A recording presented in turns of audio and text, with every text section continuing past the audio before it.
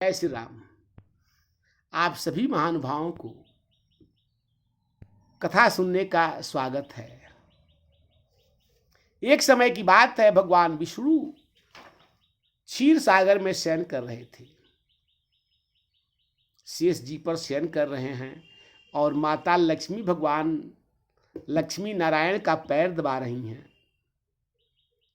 शेष जी जो है अपना छत्र फैलाए हुए और भगवान के ऊपर से जो है अपना जो है सिर किए हुए हैं और भगवान जो है अचेता स्थिति में भगवान जो है घोर निद्रा में सो रहे हैं।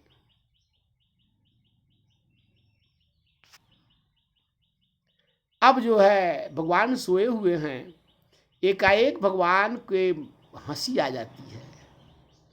जब भगवान हंसते हैं तो माता लक्ष्मी मन में विचार करती हैं कि अब तक प्रभु कभी नहीं हंसे, आज जो है अचेता स्थिति में सोए हुए हैं फिर भी भगवान हंस रहे हैं। इसका कारण क्या है? भगवान का जब निद्रा टूट जाता है, भगवान का जब नींद टूटता है तो भगवान जो है के सम्मुख जो है माता लक्ष्मी कहती हैं हाथ जोड़ के कि हे प्रभु आप बताइए आप क्यों हंस रहे थे? भगवान कहें मैं हंस रहा था, मैं तो सोया था, मुझे कुछ किसी का क्या पता है। लेकिन माता लक्ष्मी कहती है नहीं प्रभु आप बताइए। भगवान कहे मैं स्वप्न देखा था। माता लक्ष्मी कहती हैं कि प्रभु आप स्वप्न देखे थे, उस स्वप्न का बखान करें। भगवान कहे कि लेकिन वो स्वप्न था। माता लक्ष्मी कहती है तो स्वप्न है तो क्या है, अब स्वप्न का जो है बात मुझे सुनाइए। यह बात भगवान जो है सुनाने लगे।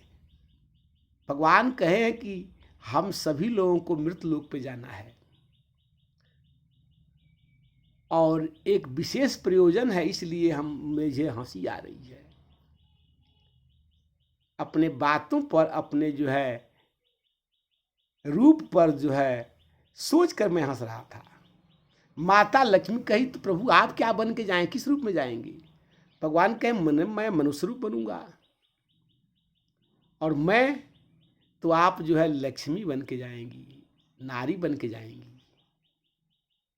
फिर और आपका जन्म जो है दूसरे राज्य में होगा, मेरा जन्म दूसरे राज्य में होगा और वहां हम लोग साथ रह कर भी साथ नहीं रहेंगे। माता लक्ष्मी कहती हैं कि प्रभु मुझे बताइए, मुझे दर्शन कराइए, आप किस रूप में जाएंगे?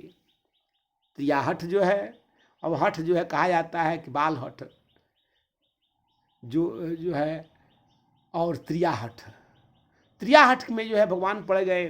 भगवान से कहती है माता लक्ष्मी कि आप उस रूप को दिखाइए। भगवान कहे ठीक है। अब रिहर्सल होने लगा। भगवान स्वयं राम बन जाते हैं, माता लक्ष्मी जानकी जी बन जाती हैं, शेष जी लक्ष्मण जी बन जाते हैं, गरुण जी भरत जी बन जाते हैं और सुदर्शन चक्र शत्रुघ्न जी बन जाते हैं।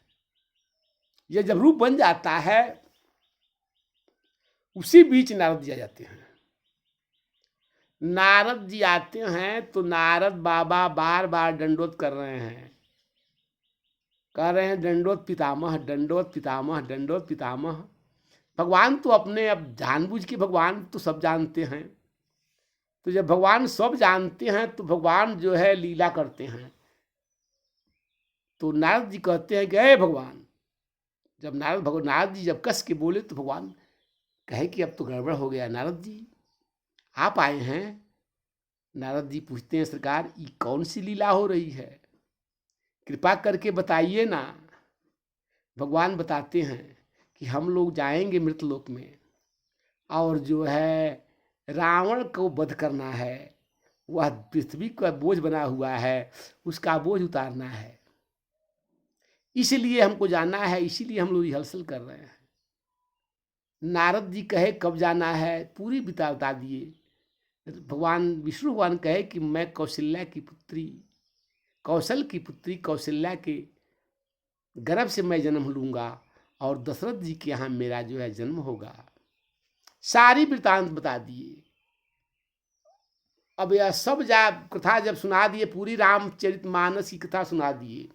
अब नारद जी चले, अब लंका में आते हैं तो दौड़ दौड़ के अब चिन्हा बना लेते, कभी दौड़ रहे हैं, कभी कहीं लकीर खींच रहे हैं, कभी कहीं खूंटी हिला रहे हैं, इस तरह का चिन्ह बना रहे हैं।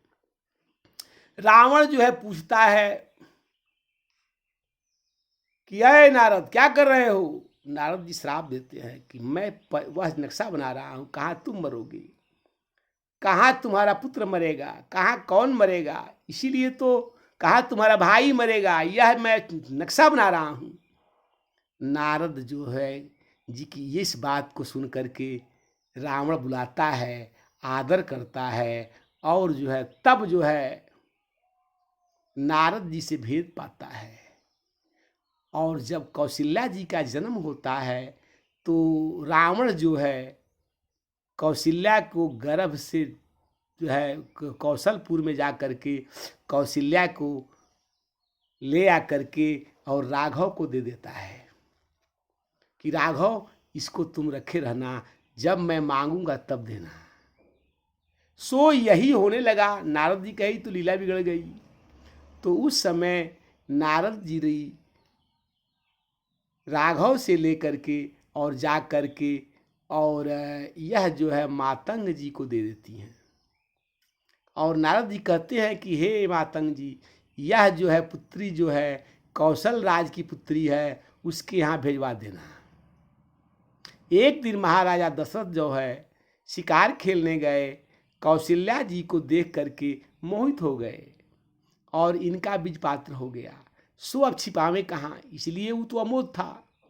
सो उस ब्रिज को जो है मातंग ऋषि के आस जो है हवन के राख में जो है रख दिए। तो अब जो है कैकसी आती थी मातंग जी के यहाँ, उसी भूड से जो है कैकेयी जो है को जब मातंग जी प्रसाद के रूप में भस्म देते हैं, उसी भस्म के साथ जो है वो गर्भवती हो जाती है, जिससे विभीषण जी का जन्म होता है। विभीषण जी कहते भी हैं कि मैं राक्षस भी हूँ तो भी सूर्यवंशी हूँ। इसीलिए जो है विभीषण जी रावण का कोई मदद नहीं किए, भगवान राम का मदद किए, राम जी का। और राम जी भी जानकी जी से कहते हैं कि विमल बनस्कर अनुचित एको बंधु बिहाई बड़े अभिषेकु। यह प्रसंग आता है तो राम जी इसीलिए राज्याभिषेक नहीं लिए कि जब तक मेरा जो है बड़ा भ्राता विभीषण को राज्य नहीं मिलेगा तब तक मैं राज्य कैसे ले सकता हूँ। यह कथा जो है दक्षिण भारत के रामायण रामचरित्रम में आता है। जय श्री राम।